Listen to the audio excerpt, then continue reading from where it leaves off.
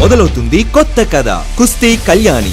ఈ నెల 29 నుండి సాయంత్రం 6:30 మన సన్ జెమినీలో.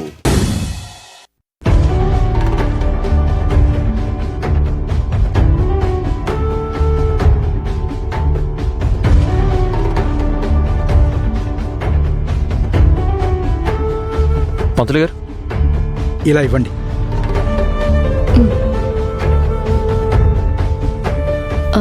అమ్మ వాళ్ళు ఏరి బావా? పంతులు గారు, మా అత్తయ్య వాళ్ళు కోనేటి స్నానం చెయ్యాలని చెప్పాను కదా బాబు, అక్కడికే వెళ్ళుంటారు.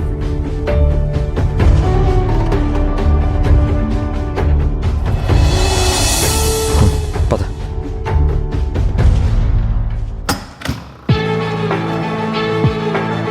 అరుగు. ఇవేనా వాళ్ళు కట్టుకునే కొత్త బట్టలు? అవును కీర్తి, ఆ బాక్సులో 2 చీరలు ఉన్నాయి.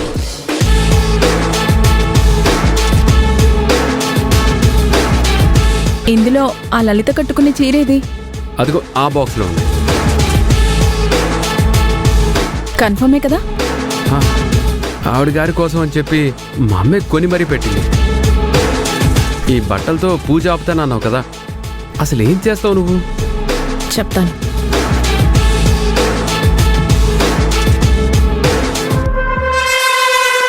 ఏంటది? సొల్యూషన్. ఈ సొల్యూషన్ ని లలిత కట్టుకునే చీర పైటకి రాస్తాను. స్మెల్ కూడా రాదు. మీ వాళ్ళొచ్చి పూజ చేయించి నాగబంధం కట్టిన తర్వాత వాయినాలిస్తూ హారతివ్వాలి. ఈ లిక్విడ్ కున్న గొప్పతనం ఏమిటంటే ఫైర్ దాని దగ్గరికి రాగానే టక్కని క్యాచ్ చేసి అంటుకుంటుంది. దాంతో వాయినం నేలపాలవుతుంది, పూజ ఆగిపోతుంది. అపచారం జరిగిందని అందరూ అనుకుంటారు. లలిత వల్లే పూజ ఆగిపోయిందని అందరూ మాట్లాడుకుంటారు. అంతే. ఏంటి? ఆవిడ చీర అంటుకుంటే పెద్ద మంటలు వస్తాయి. పొరపాటున గానీ ఆవిడకి ఏమైనా ప్రమాదం జరిగితే పెద్ద ఇష్యూ అవుతుంది. ఖచ్చితంగా ఇరుక్కుంటాం. పైగా రిస్క్ వద్దు కీర్తి. పిచ్చి విష్ణు, ఇందులో నువ్వు అనుకునేంత రిస్క్ ఏముండదు. నువ్వు అనుకున్న స్థాయిలో కూడా ప్రమాదమేం జరగదు.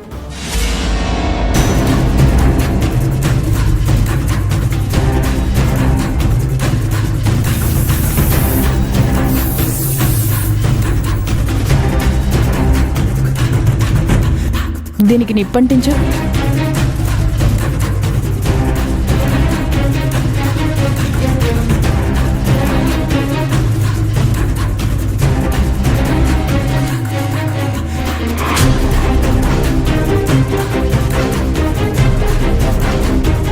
ఇదేంటి, మంట ఆర్పకుండానే ఆగిపోయింది?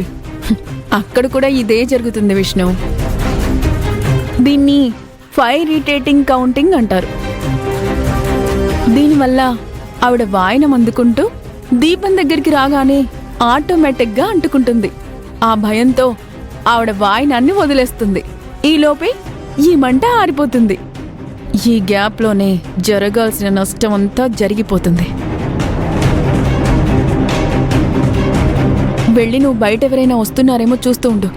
ఈ లోపల నేను పని కానిచ్చేస్తాను.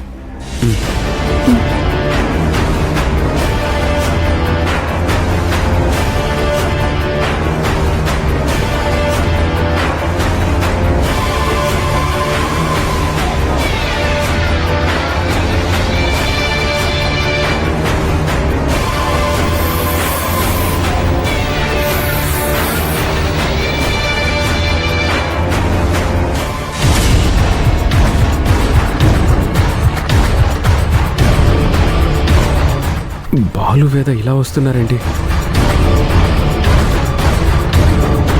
కీర్తి, అయిపోయిందా? అయిపోయింది, పద వెళ్దాం. ఆగా, బాలు వేద వాళ్ళు వస్తున్నారు. మరిప్పుడు ఎలాగా? నాకిప్పుడు ఏం చేయాలో అర్థం కావట్లేదు.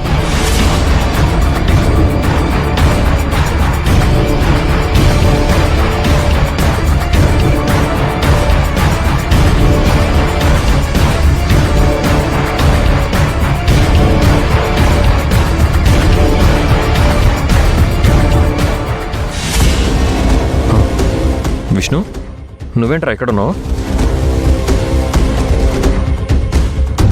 అది అమ్మ వాళ్ళు ప్రదక్షిణలు చేస్తున్నారు కదా, బట్టలు తీసుకెళ్దామని వచ్చాను.